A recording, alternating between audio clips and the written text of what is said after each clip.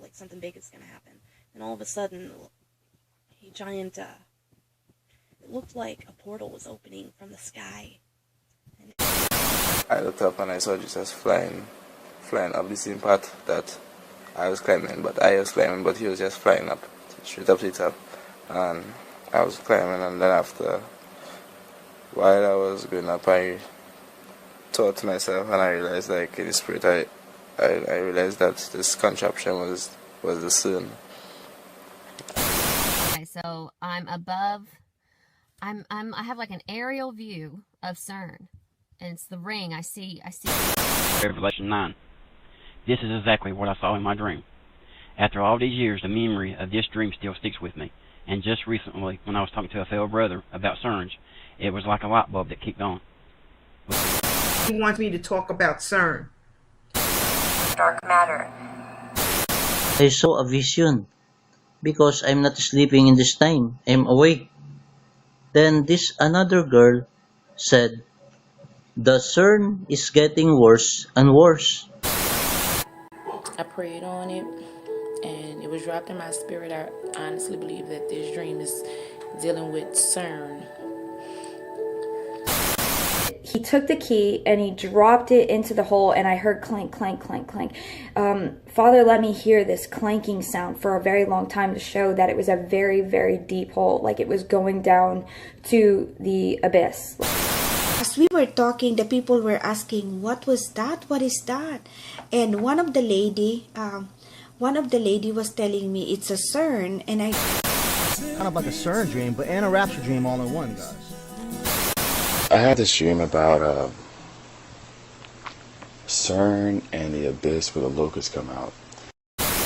Break through this first wall, which I know it's a C.E.R.N wall. So I'm breaking through this first wall, and chaos takes place.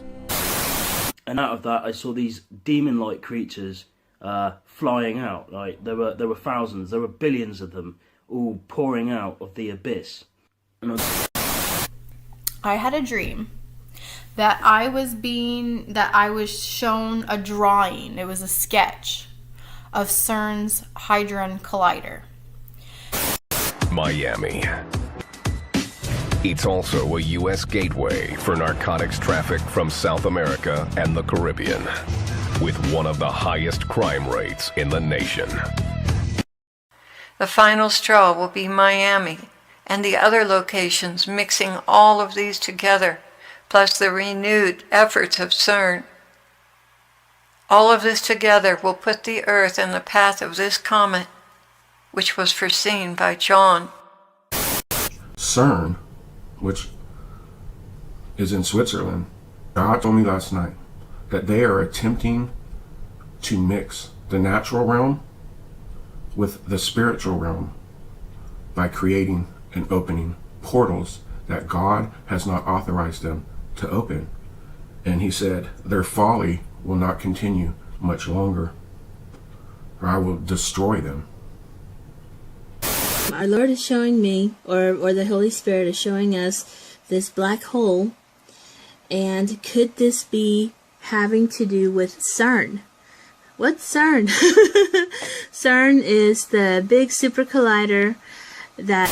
The Lord took me into the Rapture a few minutes after the Rapture. I knew the Rapture had occurred, and everyone, all those babies and all those people that were waiting for the Lord are gone. Everyone is gone. I knew I went home with them, but the Lord somehow brought me back. It's amazing. And I saw the beginning of the tribulation, brothers and sisters. And the first thing the Lord wanted to show me was how C.E.R.N, in that first day, he first showed me there after the rapture happens, that the communication they're having with the fallen demons, fallen principality, it happens until the moment they open up the door for them to get out. And the Lord showed me this time more clear information about them talking to the scientists. I thought they were only talking to a few of them, but in this revelation, I seen most all of them, or all of them, that are in that building, that I saw them having international media, interviews and stuff like that. But I think I might have dreamed it last year, or maybe earlier this year. Could have been last year. I wrote it down, but I just never put it on YouTube. But I just felt led. I just felt like, you know, the Spirit of God want me to share this.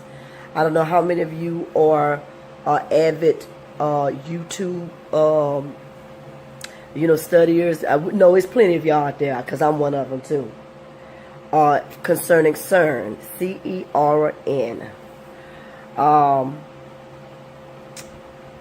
I had a dream that I was trying to put the pieces together. I said, this seemed like something that, that might relate to C.E.R.N.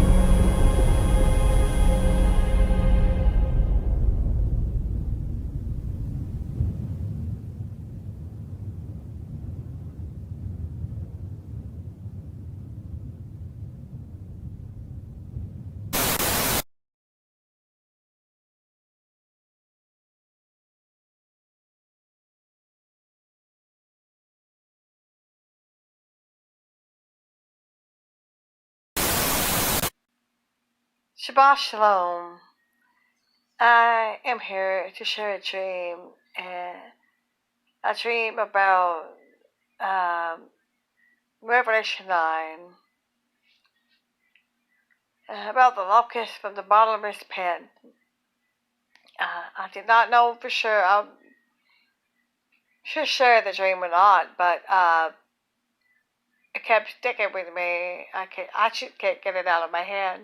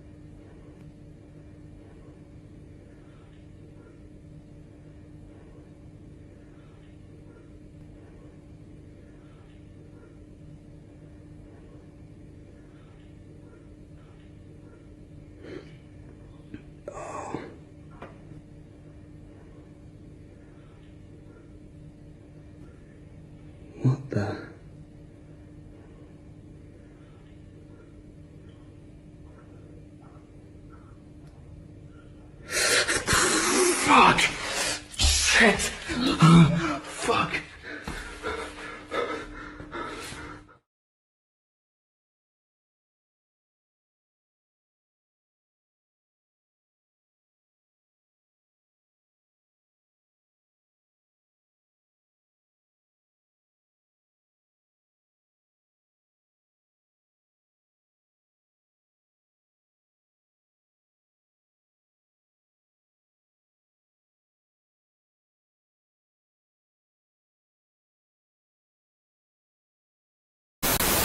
My name is Jeremy Love. I'm a graduate student at Boston University in the physics department, and we're on the C.E.R.N site of the C.E.R.N laboratory here on the border of Switzerland and France. C.E.R.N is the European Center for Nuclear Research. Here there's a large particle accelerator called the Large Hadron Collider, or LHC. We're looking for theoretical particles that have been predicted by theorists but have not yet been observed by experiment. We hope to see them here at C.E.R.N. I work primarily in the Atlas Experimental Cavern, which is a large underground building that houses one of the world's largest and most complicated machines. Particle physics is a lot like looking at what's inside a lock with boxing gloves. So you have this very small, delicate thing, and you just keep hitting it to see what comes flying out. And so you're looking at what comes flying out of these collisions. So what you're looking for is very small and very delicate, but you're trying to break it apart. And so the forces at work inside these very small areas are incredibly strong. So you need these big machines to sort of get at these very small distances. The LHC tunnel is actually filled with 1,200 of these dipole magnets that stretch 26 kilometers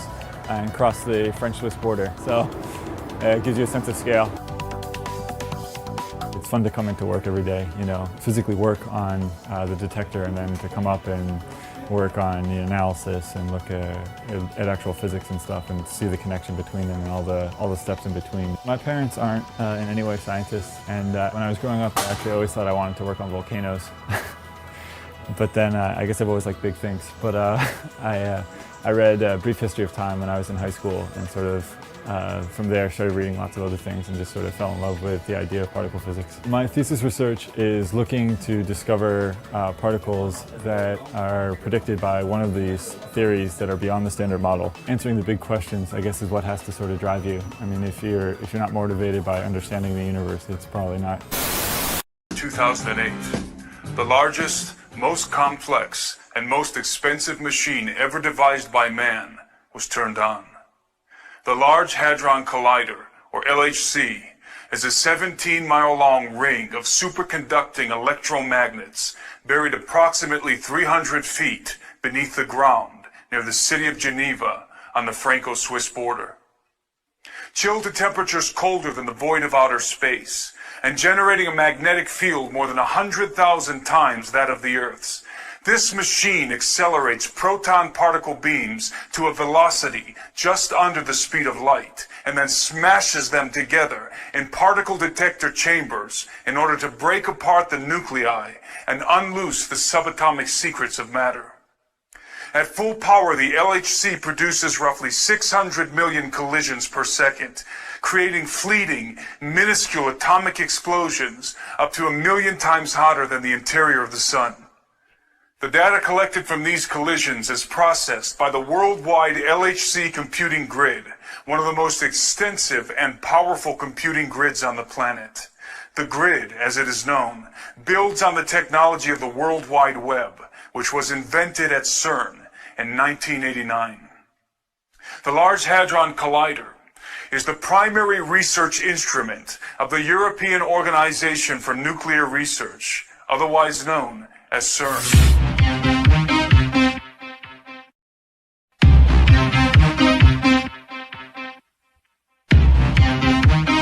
What the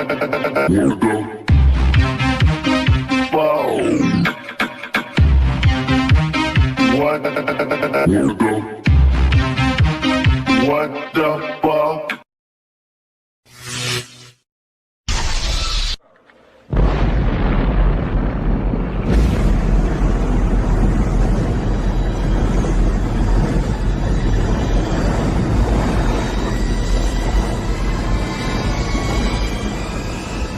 After the devastating detonations of Fat Man and Little Boy over Nagasaki and Hiroshima at the end of World War II, mankind was irrevocably thrust into the atomic age. In accordance with the inevitability thesis, which posits that once a technology is introduced into society, what follows is the inevitable development of that technology. The scientific community, impelled by military interests around the globe, became obsessed with the idea of harnessing the power of the mighty atom and unraveling the very fabric of physical reality at the subatomic level. C.E.R.N. is the largest scientific consortium in the world, involving thousands of top physicists from 21 member states, all working in tandem to discover the fundamental elements that hold the universe together. While this admitted objective of C.E.R.N. seems innocent enough, and even laudable in a sense, there are deep concerns about potential unintended consequences and probable occult intentions. When analyzing a scientific endeavor as costly and ambitious as C.E.R.N., it is essential that we have a realistic understanding of the mechanisms and machinations that have been propelling technological advancement in the modern era. In a perfect world, the greatest accomplishments of science would be the product of goodwill toward men and the desire for peace and prosperity. However, in the practical world, the world in which we live, the greatest accomplishments of modern science are often facilitated and funded by men who have anything but goodwill and peace on their minds. In many cases, the most groundbreaking technological advancements, such as in the case of jet propulsion, rocket science, and nuclear fission, have been intentionally directed by incredibly malevolent individuals for dark and dangerous purposes. Scientists are rarely the evil villains scheming sinister plots in secret laboratories that Hollywood has often portrayed, with a few glaring exceptions, of course, and are usually zealously dedicated to their particular field of study, with noble or benign intentions at heart. However, this kind of religious commitment to science can engender blind apathy, if not willful ignorance, concerning the overarching implications and ill intentions of the benefactors facilitating their work. This is certainly the case of the brilliant men and women working at C.E.R.N., most of whom naively believe that the prime objective of their research is to merely understand what the universe is made of and how it all started at the Big Bang. Unfortunately, what they fail to realize, apart from the fact that they're working from a false premise to begin with, is that their research is very likely being used to advance a hidden agenda, the conspirators of which are well aware of who created the universe and are absolutely intent on making war with him and enthroning another in his place. C.E.R.N. is an acronym derived from the French rendition of the designation European Council for Nuclear Research, which was a provisional council organized in the early 1950s with critical backing from the United Nations, whose task was to plan for the construction of a multinational European research facility that would be dedicated to the study and advancement of nuclear physics. On the 29th of September 1954, the Provisional Council was dissolved and the European Organization for Nuclear Research, or C.E.R.N., was born. As an interesting side note, the infamous Bilderberg Group was also conceived that same year, exactly 4 months later, on the 29th of May. Both of these organizations enjoy diplomatic immunity. Although the Provisional Council had been dissolved, paradoxically, the acronym of C.E.R.N. remained, even though it did not correspond to the title of the new organization. It was distinguished physicist and one of the key pioneers of quantum mechanics, Werner Karl Heisenberg, who had inexplicably insisted that the original acronym of C.E.R.N. remain in effect, as Tom Horn elucidates in his book, On the Path of the Immortals. Werner Heisenberg understood quite well what quantum physics implied for humanity. Inherent within this theoretical realm, populated by obtuse equations and pipe-smoking scientists, lies what I call the Babylon potential. This is the secret knowledge, the scientific imperative, informed and driven by spiritual advisors, that the Bible cites as the key to opening a gateway for the gods. It is Ente Menaki, Baba Alu, the opening of the Abzu, the doorway to hell. Tom goes on to explain that, although Heisenberg may or may not have known it, C.E.R.N is an abbreviated title for an ancient Celtic deity called Cernunnos. Cernunnos, whose name means horned one, is thought to be the god of death and rebirth and the lord of the underworld. He is often depicted with rings or torques around his stag-like horns or in his hands, which may symbolize the circle of destruction and restoration that he represents. To further concretize this idea, Cernunnos is also depicted with the ring in one hand and a snake in the other. Because of the cycle by which it sheds its skin, the snake has ever been a mystical motif of death and rebirth, destruction and restoration. In a reversed esoteric adaptation, the rings of the Large Hadron Collider could be representative of the rings of Cernunnos, and, by further associative interpretation, may very well reveal C.E.R.N's prime esoteric objective. I believe it does, and will address it at the end of this analysis. I understand that drawing correlations between the acronym of C.E.R.N and deities from the ancient world may seem too forced and tenuous for critical minds, and I might be inclined to agree, if C.E.R.N had not evoked such correlations first. Rather than distance themselves from associations with arcane pagan deities, the directors of C.E.R.N welcomed and even celebrated the placement of a very unscientific icon in the courtyard of their main facilities.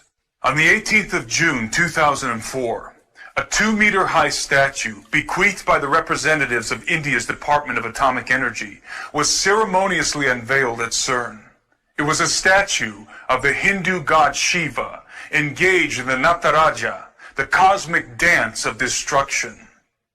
Shiva is one of 3 members of the Trimurti, the Hindu Trinity, in which the cosmic functions of creation, preservation, and destruction are personified in the forms of Brahma the creator, Vishnu the preserver, and Shiva the destroyer, who is also known as the transformer. It is important to understand that in Hindu mythology, Lord Shiva destroys the world in order to renew, restore, and reconstitute it. A commemorative plaque positioned next to the likeness of the dancing Shiva emblazons a quote from Austrian-born American physicist Fritjof Capra. It reads, in part, "Hundreds of years ago, Indian artists created visual images of dancing Shivas in a beautiful series of bronzes. In our time, physicists have used the most advanced technology to portray the patterns of the cosmic dance. The metaphor of the cosmic dance thus unifies ancient mythology, religious art, and modern physics." Think about this, says Steve Quayle in his book True Legends.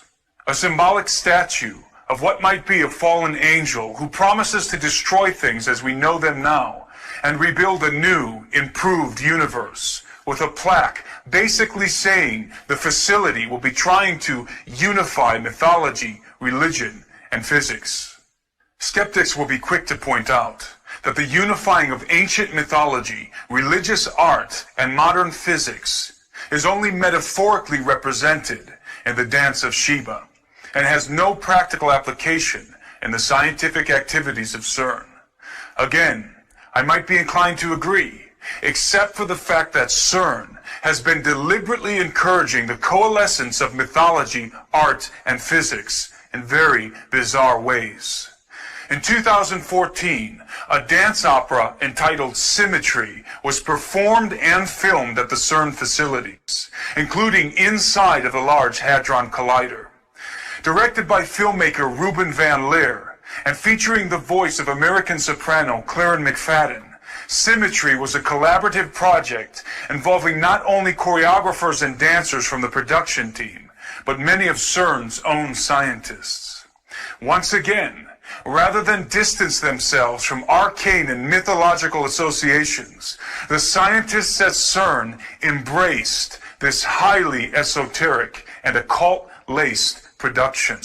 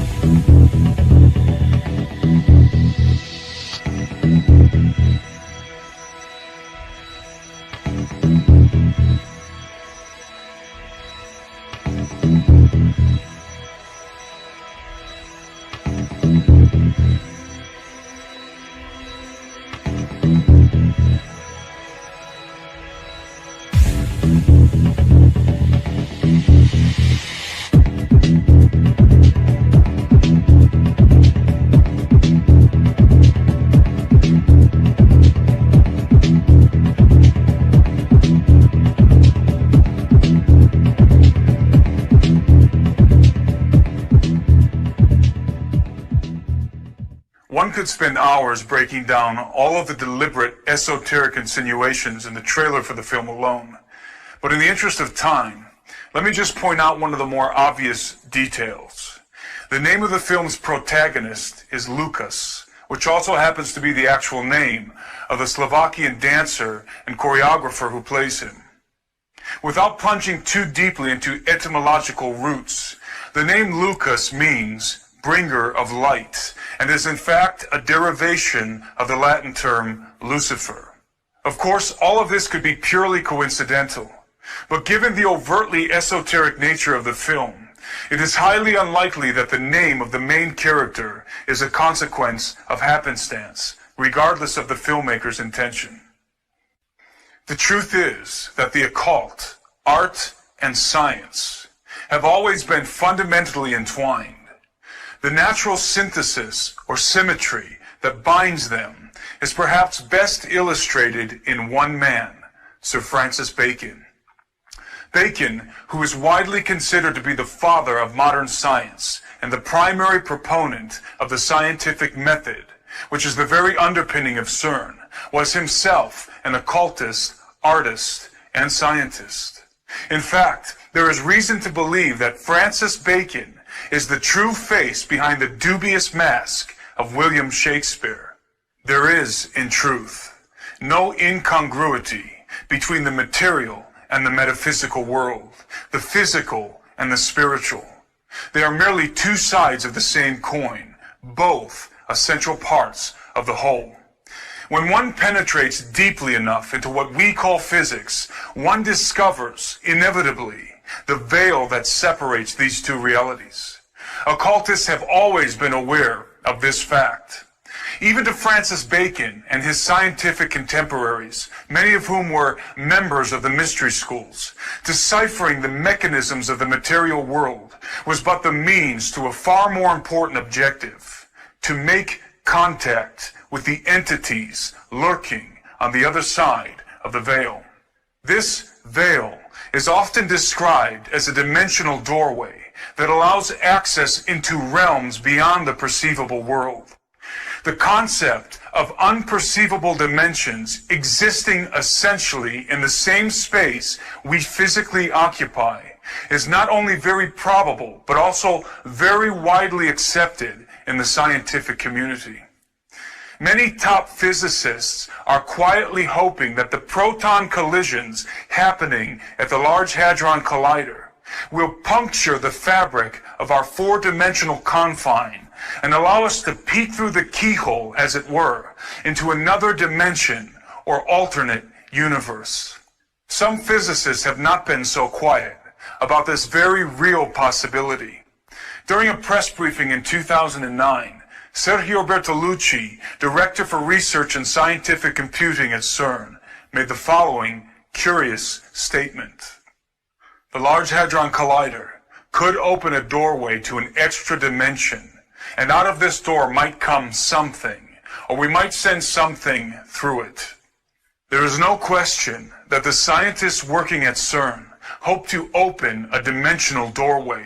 The real question is, what is the something that might come through when they do? Of course, for the particle physicist, the answer is simple. They hope to discover new particles that might exist on alternate dimensional planes. There is no doubt that this is the true and honest intention of the vast majority of physicists working at C.E.R.N. The problem is, as previously illustrated, that scientists, despite their best intentions, have always been little more than expendable tools in the hands of their benefactors. The pinnacle of science, for its elite occult practitioners, is not discovery, but contact. There are many indications that the power players of our world, including the Vatican, are preparing to make contact with the gods of the old world. Although I have not been able to confirm the validity of the following pictures, it appears that transparent panels containing arcane texts were photographed inside the C.E.R.N. facilities by a group of Portuguese students from the Santa Cecilia Music Academy. The texts have been described as greetings or invocations written in ancient languages, including Aramaic, Hebrew, Mandarin, and Sanskrit. In the case of Sanskrit, the only people with the ability to read this sacred script, considered to be the language of the gods, are the scholars of the Vedas and Upanishads. If authentic, these panels may have been prepared for those somethings that might come through the dimensional doorway. It may seem to those unfamiliar with the theoretical realm populated by obtuse equations and pipe-smoking scientists, as Horn aptly puts it, that this analysis is nothing more than hearsay, hyperbole, and wild speculation. But as any theoretical physicist worth his salt will admit, particle physics and quantum mechanics is a world in which fact and fantasy are at times indistinguishable. When it comes to C.E.R.N. and its Large Hadron Collider, there is no shortage of theoretical doomsday scenarios, many of which have not been propounded by unlearned laymen such as myself, but by some of the most esteemed scientific minds in the world. Now, prophecy in numerous parts of the Bible refer to a coming day when portals will be opened and spiritual entities are going to pass through and come to the earth. The LHC is the largest single machine in the world, located on the border of France and Switzerland. Its stated purpose is to accelerate subatomic particles by the speed of light and force them to travel in a loop where they then collide. The secular media, rife with non-believers, scientists, atheists, and skeptics of the supernatural, have also all been in a buzz over the global discussion around C.E.R.N's seemingly paranormal associations. Although C.E.R.N doesn't publicly profess to an agenda in relationship to God or Satan, evil versus good, the spiritual realm as it would be described by Bible believers and so on, recall what some say was just a C.E.R.N ritual hoax, which involved video footage depicting what looks like an occult ritual with a group of people all dressed in black cloaks surrounding the statue of the Hindu deity Shiva at C.E.R.N, and, well, what appears to be stabbing a woman to death in a human sacrifice. The video ends with the videographer crying out and running away, and of course, when the film became public, experts at C.E.R.N said it was all just a joke. But all this does suggest there is something more supernatural on the drawing board at C.E.R.N than what is being admitted. Even Adam Barker of Tech Bubble wrote of C.E.R.N a while back that with the LHC, C.E.R.N are expecting to find other dimensions and open portals to these dimensions If you have the image of Stargate in your head right now, you're spot on. That's what he said. And then he went on to draw parallels to the biblical story of Jacob's ladder. Perhaps you remember the dream that the patriarch Jacob had as he was fleeing his brother Esau. Jacob leaves Beersheba. He's on his way to Haran, and he comes to a certain place, and he stays there that night because the sun had set. Taking one of the stones of the place, he puts it under his head. He lays down that place to go to sleep. And as he dreams, it says, behold, there was a ladder set up on the earth, and the top of it reached to heaven. And behold, the angels of God were ascending and descending on it. Then Jacob wakes up from his sleep, and he says, surely the Lord is in this place, and I did not know it. And he was afraid. And he says, how awesome is this place? This is none other than the house of God, and this is the gate of heaven, Genesis 28. Now this ladder described in the first book of the Bible describes something like a portal from heaven to earth through which God's angels, interdimensional and spiritual beings from another reality, were traveling. When Jacob wakes up, he refers to the location as a gate, much like today's trendy terms gateway or stargate. One of C.E.R.N's goals is to recreate Jacob's ladder, according to Barker, and to reopen a portal that is said to have existed between Earth, Mars, Venus, and Saturn when the planets were in alignment many years ago. But whether Jacob's ladder really existed, he says, C.E.R.N are pretty sure that other dimensions do, and they're making it their goal to ensure that they open the portal for their use. Who knows?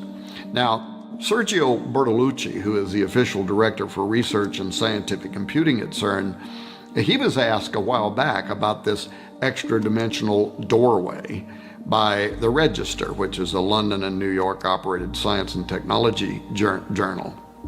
And he didn't hesitate with an enlightening response. He said, yes, out of this door might come something, or we might send something through it. And that sounds eerily similar to what Jesus said in John 1:51 when he said, truly, truly, I say unto you, you will see heaven open and the angels of God ascending and descending on the Son of Man.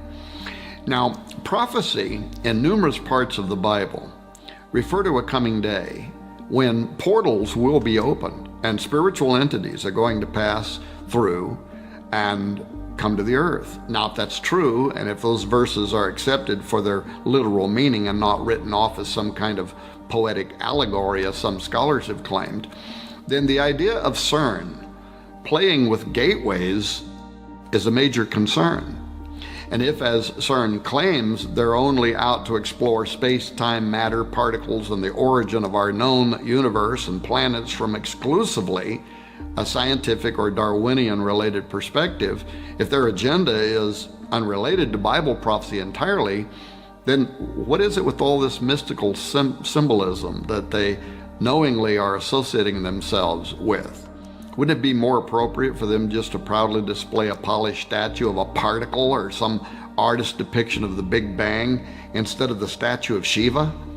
So for those who have not yet heard about this controversial piece of art that C.E.R.N proudly exhibits between buildings 39 and 40 near the main building of their operation, it stands as really the most visible and celebrated imagery behind their work. Shiva. This is the Hindu god of destruction and a symbol of Shakti, or the life force. He is known very well as the destroyer. And in fact, in 2004, the government of India, which has had a long-standing friendship with leaders behind the C.E.R.N project even before the completion of the Large Hadron Collider, they gifted C.E.R.N with this bronze work of an art depicting Shiva as Nataraja, the lord or sometimes king of the dance. This dance that Shiva performs in the sculpture is the one that provides the source of the creation cycle in Hindu mythology, the preservation of all life and existence, and the termination of all life and existence. The Rudra Tandava is a dance that especially displays Shiva's sadistic personality as he rains down the ultimate destruction upon a weary planet. Now, from the unveiling of this Nataraja on C.E.R.N grounds, controversy's been launched from all sides, including irreligious groups, with questions as to C.E.R.N's motive in its exhibition. So far, C.E.R.N's response has just most often pointed to the notion that the statue was simply a gift to an international and multicultural scientific institution, and they show it there on their property as an act of gratitude. But if pure appreciation were the only contributing factor, the implications behind the symbolism might continue to disturb some, but it's likely that the issue would at least be dropped by many irreligious groups that could find within themselves to accept the motive that's being put forward by C.E.R.N. The plaque at the side beside the statue, however, reads in part, "Hundreds of years ago, Indian artists created visual images of dancing Shivas in a beautiful series of bronzes. In our time, physicists have used the most advanced technology to portray the patterns of the cosmic dance.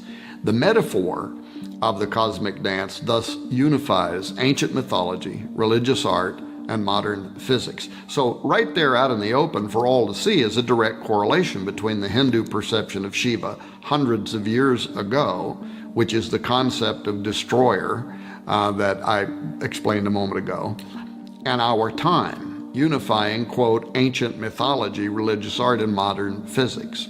Additionally, and perhaps even more important, there's a significant section of C.E.R.N that is built upon the Saint Genus Poili, which is a commune in Ain, a department of France. In Roman times, the Saint Genus Poili was called Apaliacum. The name Poili comes from the Latin Apaliacum with the Latin suffix lacum, which denoted possession. But the town and a temple were dedicated there in ancient times to Apollyon, the destroyer, the Shiva Horus, if you will. Apollyon is also the angel of the bottomless pit, referred to in Revelation 9:11. Of course, I can only speculate, but I note the connection between Nimrod, Apollo, and Abaddon, Apollyon at C.E.R.N, and the history of the region are all highly curious. Apollo was worshipped by the Romans of that area, as well as the Greeks and in central France. Apollo was equated with the Celtic god Atep Omerus. These two characters were combined to create Apollo Atep Omerus, which can be translated as great horseman or possessing a great horse. In the Celtic belief, horses were closely related to the sun.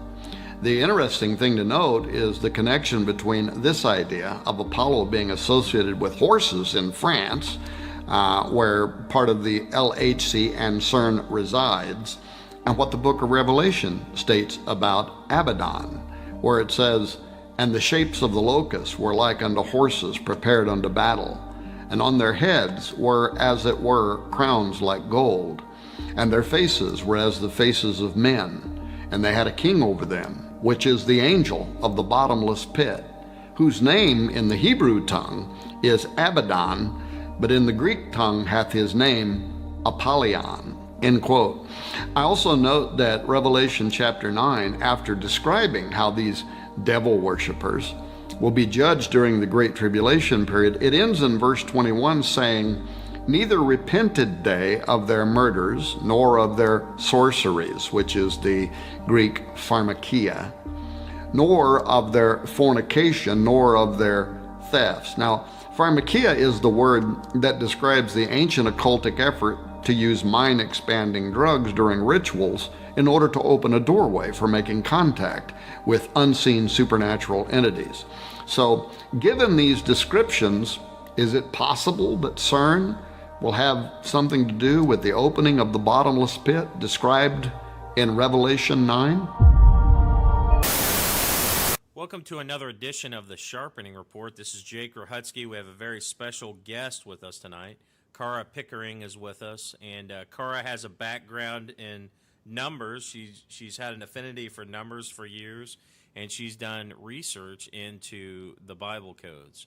And I talked to Cara a while back here, and we talked about C.E.R.N and the bottomless pit referenced in the Bible code, some research she's done. So being that I've been interested in this topic, we decided to have her on the show tonight to discuss what the Bible codes reveal in regards to C.E.R.N, the bottomless pit, the Nephilim, and various other topics. So thank you for joining us tonight, Cara. Well, thank you for having me, Jake. Awesome. So, Cara, give us then a little bit of foundation behind, for those that don't know what the Bible codes are, just briefly kind of explain the background of what the Bible codes are. Well, the Bible codes are an amazing phenomenon. We have the written word of the Father, and it's in the plain text, and we're able to see the history. We're able to see how the Father has moved along in this timeline that we have for humanity. We're able to see his law. We're able to see prophecy. But I think what very few people know about is the Bible codes that he's also written in as well. I tend to believe it's probably the Lamb's Book of Life. Little snippets and pieces are encoded in there. I also think that he puts it in there as a witness to the prophecies that he has given in the past. And sometimes we can look back on it retrospectively and see that the things that he has left there for us in the codes really has come true. And it's a witness to how wonderful he is, how glorious he is, and what he wants to show us in his word. So tell us what it is that you found, Cara, as of late in regards to the Bible codes with the C.E.R.N situation, the bottomless pit, and all these things. Well, for a very long time, people have read 2 Thessalonians 2:11, and it says, "For this cause, God, Yahuwah, which people think it is, shall send them strong delusion that they should believe a lie, that they might be damned who believed not the truth, but had the pleasure in unrighteousness." I went and I looked in a tool that I use called the Interlinear Scripture Analyzer. And in there, it breaks down the Greek when you look in the New Testament, and it breaks down the Hebrew when you look in the Old Testament. And while I was looking at it, I just looked at the words strong delusion, and what it translates out as is operation of deception. And while I was looking at that, I thought, well, my goodness, that really sounds almost like a military campaign or like a CIA code.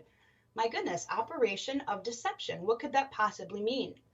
And I know that is a scripture that, a lot of people have really dwelled on for a long time. What could this strong delusion that's going to come upon this entire earth, what could that mean? Where it's going to, damn people for all of eternity. So I went to the codes after I translated operation of deception out in Hebrew. You got to understand, in Hebrew, there's several different ways to write a word as there is in English. I can say one thing, but there's 5 different words that mean that exact same thing. So really, you have to rely on the Father to lead you to what you should be searching.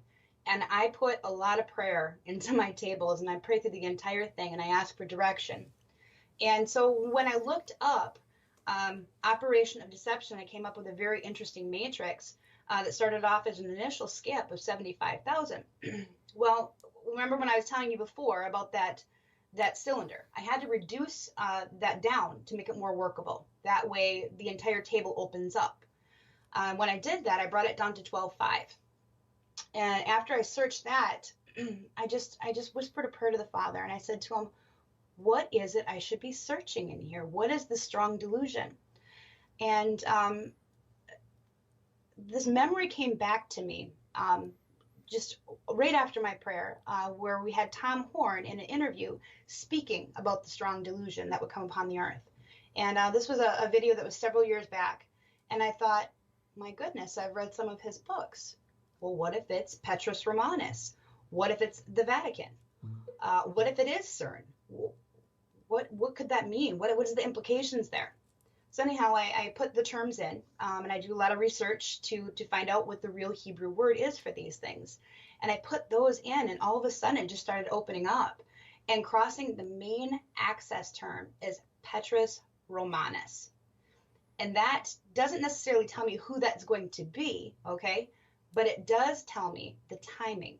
We look back at the prophecies of St. Malachi and what he had said would happen at the end. You know, a lot of people say, yes, the popes fulfilled that. Other people say no. I'm to the liking of, I kind of agree with Tom Horn on this, that yes, it does appear that all of these popes had, in one way, shape, or form, fulfilled what was said about this. Maybe it's because they forced it to happen. Maybe it's because it really was a biblical prophecy. I'm not exactly sure. But I do know that the last one is supposed to be Petrus Romanus. So the very fact that that showed up, crossing the access term, I found very fascinating, because it lets us know that this operation of deception that's spoken of in this table is speaking of the timing of Petrus Romanus. Right near Petrus Romanus, going the other way, was the Vatican. Do you have this? I was going to ask you, do you have this particular Bible code image on hand? I sure do. I can pull it up for you real quick. Yeah, I'll talk for a second while you're pulling that up. You let me know when you're ready. But no, this is definitely interesting stuff. I find it interesting that the probability is so slim of these things appearing so close together that, you know, I personally can't deny the validity of this. You know, a lot of people I know are skeptical of the Bible codes, but to me, the improbability of these things occurring just seems too great of a long shot, right, for it to happen. I would agree with that. Quite honestly, there's no way that, given the time that we have in our lives, we could even count that high as to the probabilities. Right. I mean, we're looking at into the quadrillions and beyond for some of these tables, the mathematical improbabilities. So I find it absolutely intriguing that these things are encoded together. And a lot of people are talking about these different things, not realizing that all of these subjects, whether it be Nibiru or Virgo or CERN and the portal to the abyss, the Vatican, fallen angels, the Nephilim, Petrus Romanus, the coming fake alien invasion, Project Bluebeam, it's all together in this table. Interesting. And how close are these? Are these physically in the same proximity as what we're seeing the text? Or this is just kind of a graph showing you Well, what you're looking at right here is the Tanakh, okay? And each one of these lines runs this way. And these will be different chapters in the Bible. And we have several books. I mean, this is a very, very, very big matrix, probably the biggest one that I've actually ever seen. And I've followed Bible code for a long time before I even started doing it. And for this particular image, it's actually 4 screenshots that I had to edit together just to get this on one image. I mean, this thing is huge. Right here is where we have our access term. And initially when you start, when it was at the 75, all these little red dots were right underneath each other. But to make the table more workable, I changed the skip, and that's why we've got the 12.5. So that way it opens all this up quite a bit more. And what I was telling you before is here's the access term, okay, of our operation deception. And then right here is where we have Peter the Roman. Now, when you look at Bible code, when something crosses an access term and it has similar meaning or a similar topic, it's pretty important. It's like the father's putting up a big blinky sign saying, okay, look here, guys, this is pretty important. Right near that, remember I told you Vatican? I mean, it's right here. And these are all in such close proximity. It's actually quite amazing. And what we're finding in this table, not only is it talking about this strong delusion, this operation of deception, which is inspired by 2 Thessalonians 2:11, we're also seeing alien invasion. And again, invasion crosses over Operation Deception. A lot of people I know are skeptical of the Bible codes, but to me, the improbability of these things occurring just seems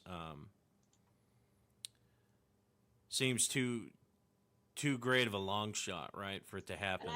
Yeah, I would agree with that. Quite honestly, there's no way that, given the time that we have in our lives, we could even count that high as to the probabilities. Right. I mean, we're looking at into the quadrillions and beyond for some of these tables, the mathematical improbabilities.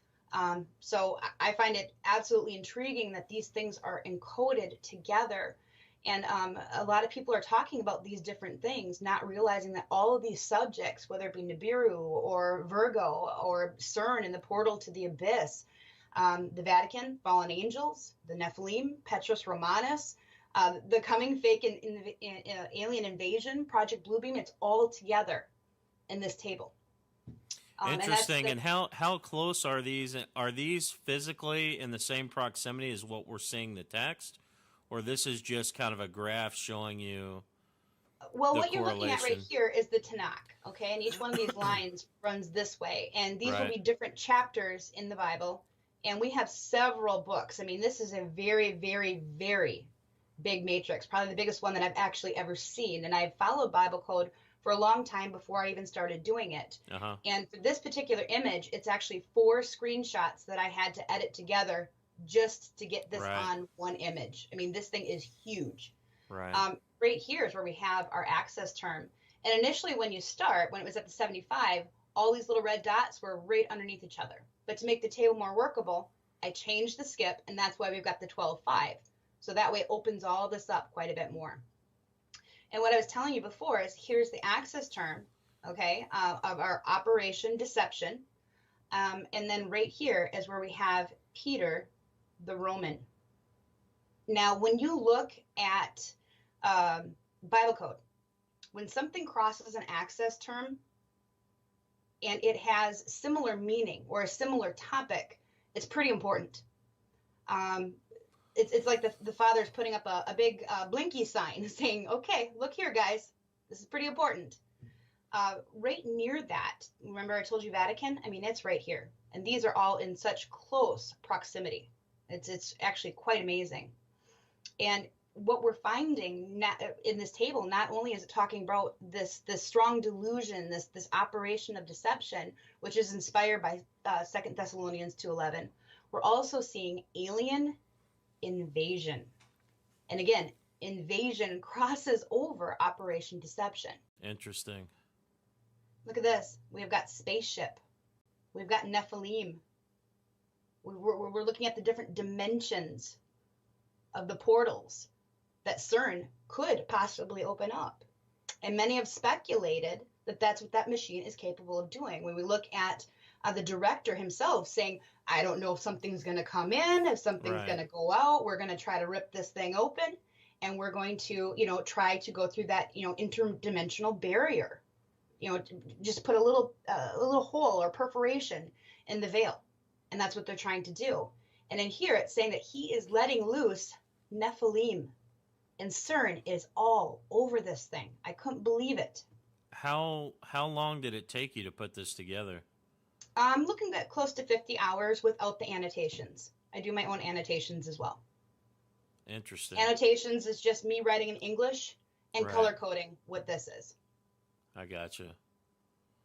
So what would be the full, like when you have a graph like this, how do you really tie it all together? Is there any way of identifying what the primary, I mean, obviously we see C.E.R.N in there 1, 2, 3, 4, 5, 6, probably more times, at least 6 times. So is that what you think is the most significant thing? Is the C.E.R.N, or I guess what I'm trying to understand is how we really interpret what we're seeing. Now we know these words, like for C.E.R.N and opening up portal, we know what that means, but like I guess how do you figure out how to tie it together? Is it just you just look at it as a whole and then say all these words kind of connect, I guess? I guess it comes a lot to connecting the dots and what the Holy Spirit is really trying to tell you is happening here. You know, something so big has to happen where it's going to strike fear in the hearts of men.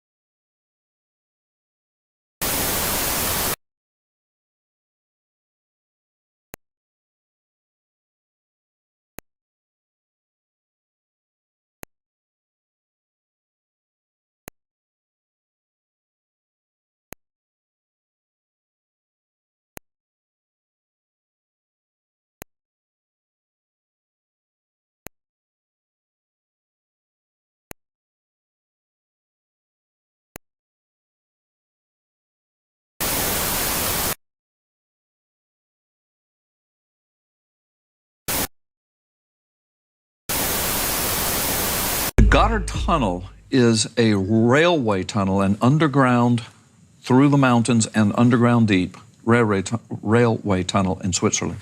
It's the deepest and the longest such railway tunnel in the world. It's 35.6 miles long.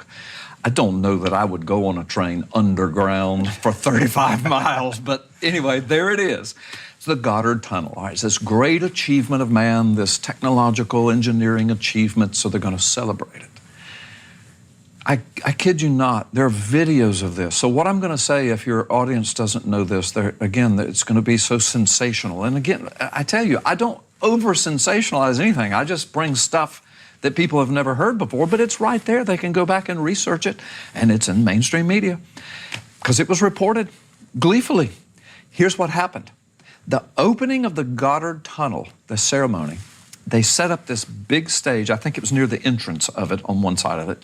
They invited powerful industry and government leaders from around the European Union especially. I think they invited other dignitaries of the world, but those were the main ones they were focusing on. They set up bleachers and they put up a big stage to have this opening ceremony.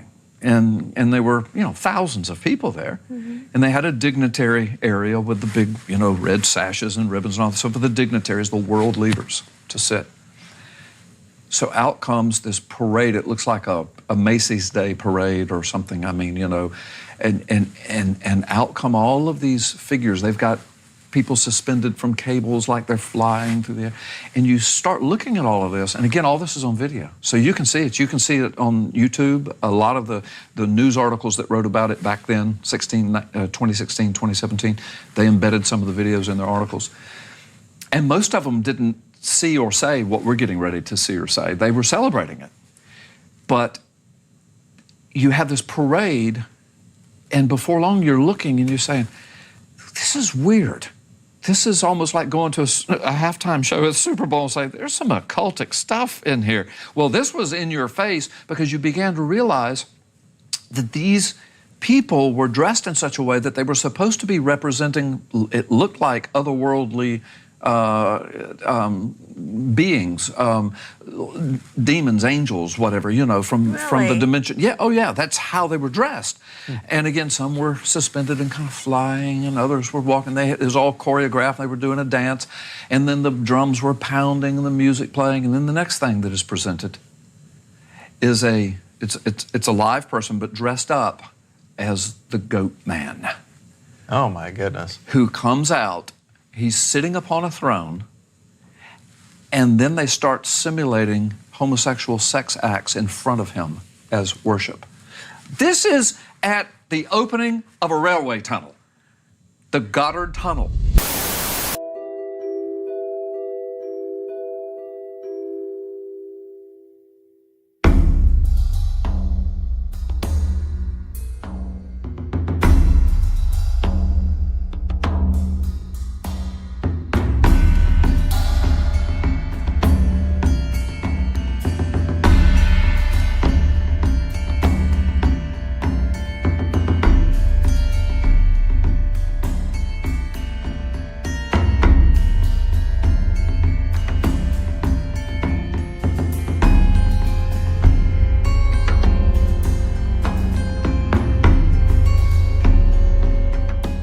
first thing I noticed was on the RT weight screen, where the Earth was spinning inside of a cube.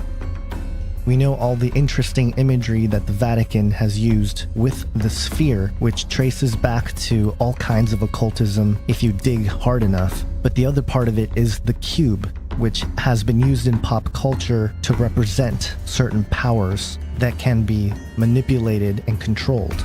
The idea of a cube in connection to Saturn is a really interesting one.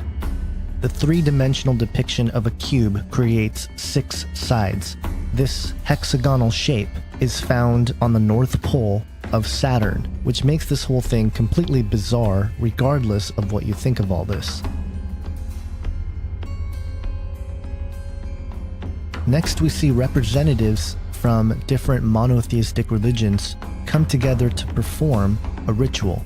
Judaism, Christianity, although it looks Catholic, and Islam are being represented here. The ritual was done as a service to those who lost their lives while building the tunnel. Nevertheless, it's hard to think that this isn't part of the move towards a one-world religious system. Then we watched as really important people started showing up to the event. A group of folks even came in a helicopter.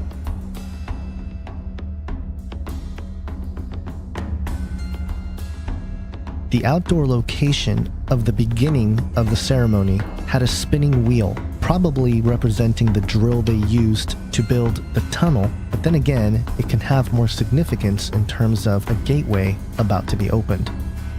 Once everyone filed inside, the place went dark and the ceremony got started. Eventually, the president of the railroad company came out to speak to the crowd. Sitting in the front row is this guy, who's got the staff that has a strange goat head, which is clearly in reference to Cernunnos, the horned god. Aside from the obvious fact that the name has C.E.R.N in it, Cernunnos is a god found in Celtic mythology. He is the god of fertility and vegetation, and is considered the lord of the forest and master of the hunt. He also has a connection to Pan, the Greek satyr, which is interesting because the location where Jesus declared that the gates of hell won't prevail against the kingdom of God, he was standing in front of the grotto of Pan. Cernunnos is also associated with Wicca, as it is also a wing of paganism, and as we will come to see, this horned god becomes the center of the ceremony ritual. We then see 5 horses with a carriage and a trumpet sound to signal the performance part of the ceremony. Interestingly, this ceremony cost 8 million euros to make, which is a lot, but not compared to the 8 billion it took to build the tunnel. The BBC explained that the ceremony was celebrating Alpine culture and history, which tells of a story of Swiss villagers who asked the devil to build a bridge so they could cross over the mountain range. The devil agreed under one condition, that he would receive the soul of the first person to cross the bridge. Once the bridge was completed, the villagers sent a goat across the bridge instead of a person. Well, this really upset the devil, and the devil decided to crush them with a large boulder. But after a woman put a mark of the cross on the rock, the devil was unable to touch it, and the devil descended back into the mountain. While this is the public story, what I and many others believe this performance represents is the release of the devil from the underworld, and it will become evident as we go along here. This is the point when the ritual becomes truly bizarre. Cernunnos is known as the fertility god, and this depiction seems to indicate this aspect of his deity. In terms of the narrative for the story being told here, these dancing underwear folks either represent trapped souls underground or simply the fallen spirits that reside in the underworld themselves. And the central character of this bizarre train is this baby angel thing. It looks like the person playing this character is a female who is wearing the mask but is topless. And this sort of gender blending is consistent with the occult perspective, as we see male figures with female attributes or androgynous entities in the occult, such as Baphomet. And perhaps this represents the angel that can appear as an angel of light. as Satan is described in 2 Corinthians 11, verse 14.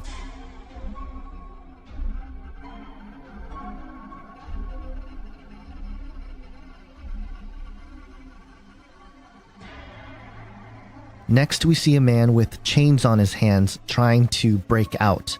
Again, on one level, this probably represents the workers that were deep underground and perhaps trapped as a result of their work. But this imagery to fallen angels being trapped in the underworld and Cernunnos being the god of the underworld is difficult to overlook. 2 Peter 2:4 says, "For if God spared not the angels that had sinned, but cast them down into hell or Tartarus, and delivered them into chains of darkness to be kept unto damnation." Could this passage be revealing to us and exposing what this portion of the presentation represents? Then we have the arrival of what I believe are nature spirits being represented, and among them is Cernunnos. After a long dance, Cernunnos and the spirits are confronted with the living who offer their sacrifice. Now these images are undoubtedly disturbing, and it looks worse because I've sped up the video. And here we see clearly the message being that these entities are trying to ascend from the underworld, and they're doing so with the rituals of the people and their sacrifices, allowing them to open the abyss and come to the surface. One of the sacrifices is depicted as a lamb, and the red-headed giant figures definitely echoes modern witness accounts of the Nephilim.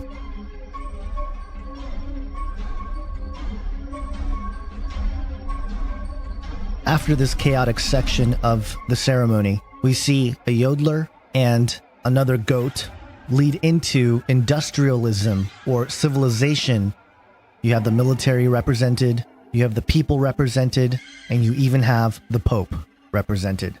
The elements of nature worship are pretty clear and continue throughout.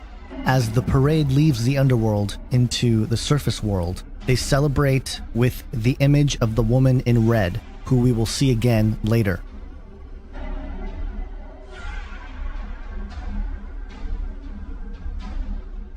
And if you thought that was weird, wait till we see all the stuff that they did above the ground.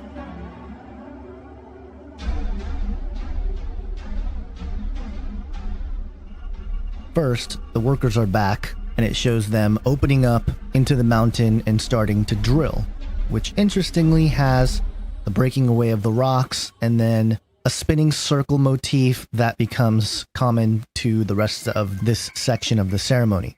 Now, as the dance goes on, the members here, the workers, become more and more tribal to the point where they all pull off their clothes, they're back in their skivvies. I don't know why, but it keeps happening. The sequence that shows 3 workers turn into 3 spirits is very interesting.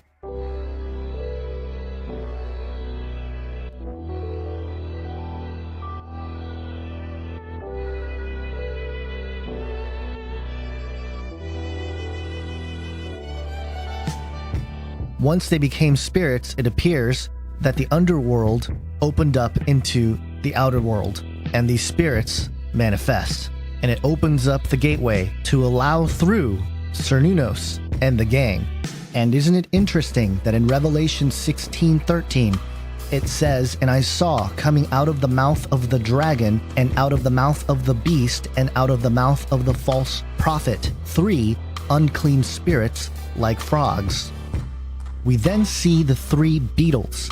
Now, beetles in Egyptian mythology and Gnostic teachings signifies immortality and regeneration, which is interesting because this is exactly what we saw here being represented. And perhaps what is happening here is that beings like Cernunnos, demons, fallen angels, are trying to display their immortality by regenerating into our world again, as they once did in the past.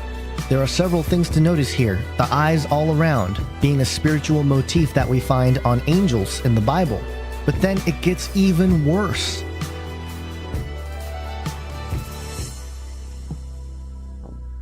The images here of bestiality remind me explicitly of Genesis 6 and the accounts of the sons of God, the daughters of men, and the producing of the Nephilim.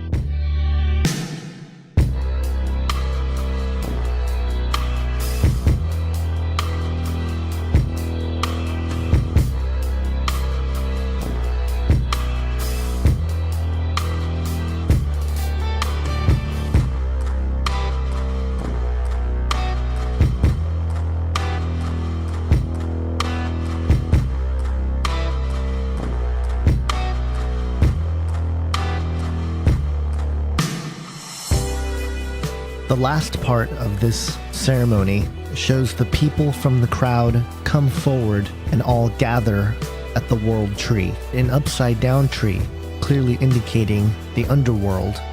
The primitive sticks and rocks turn into a mechanical opening, a gateway. As the gears turn and the portal opens, they arrive in a location where the girl in red is back, but this time she is pregnant. The following section is so graphic that it's not worth showing, but needless to say, the celebration continues. Eventually, as the clock starts to count down, their attention is turned to it. But as they near the clock, time starts bending and changing, and eventually we see the people fall to their knees and bow down to time. This is a very interesting gesture, perhaps to the god Kronos. But maybe they were just excited about the train arriving at the other side of the tunnel. What does any of this have to do with C.E.R.N? Again, not just the geographical location that's so close, but if you think about the ideologies and philosophies that undergird C.E.R.N, not only from the scientific perspective, but what many believe to be the occult or hidden agenda, then what you just saw through this ceremony makes a lot of sense, because it would enhance those particular thought forms and energies that they are trying to conjure. In other words, this ceremony was a mass public ritual, not unlike all the mystery religious symbolism we've seen in major public events out here in the West. This is another example of the common philosophies that tie all these things together, which is rooted in the mystery religions and the belief systems that not just oppose to Jesus Christ as Lord and Savior, but in fact glorifies the fallen one as their God.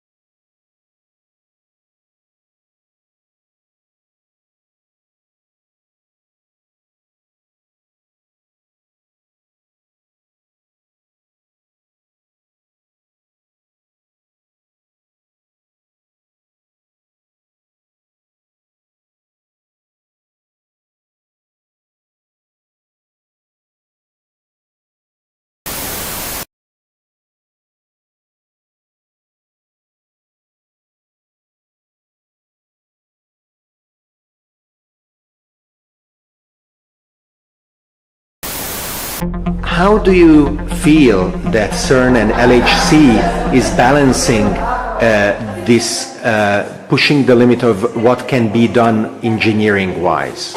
Well, the machine, the LHC machine is very extreme in a sense. So we were expecting just to have hiccups. Of course, we would have expected just to have smaller hiccups than that. As you say, servicing, you shouldn't have taken 6 months.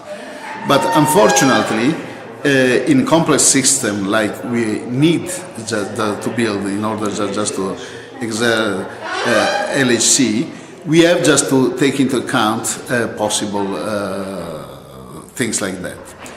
The accident which has happened is, in a sense, unfortunate, because in the aftermath we could have avoided it, as always. Once you make a post-mortem of one thing, if you are not completely dumb, you know, how just to let it happen, not happen again. On the other hand, in a thing which took about 20 years just to be built, and it will be working for another 20 years, we think that a 6-month stop, a later start of 6 months, which is a different thing, is not a big question. The thing is that it's difficult to communicate that in an object like LHC, you don't have a construction time and then the thing works. It's not like a car that you get from the factory and it works perfectly, and it works so much better as it is new. In a new thing like that, you have just to have a learning curve, which will go on for more time. We will have different type of hiccups, for instance, concerning the increasing luminosity intensity of the machine. We will need just to understand things like how the machine behaves. This will be a process which will take years just to bring it to its top performances. But in the meantime, we'll be doing physics, we'll be doing discoveries. So it is a process. It has been unfortunate that this stop has happened so close to such a big mediatic thing, which was, as a matter of fact, the first and very successful thing. Is the first time that a machine is commissioned under the TV cameras. That's right. And was a very risky business, because there was the risk that we could not make it in one day. Most of the times you don't make it in one day that you succeed, just to have a beam just circulating around. That was a success. The accident was a big setback. My second question concerns the way you analyze data. You have filters that I describe as oracles, yes, because you have so much data that you have to decide even before storing the data, even before starting to analyze the data that you stored, to throw away 99% of it. And these filters, these oracles, are the ones who decide which is the interesting slice.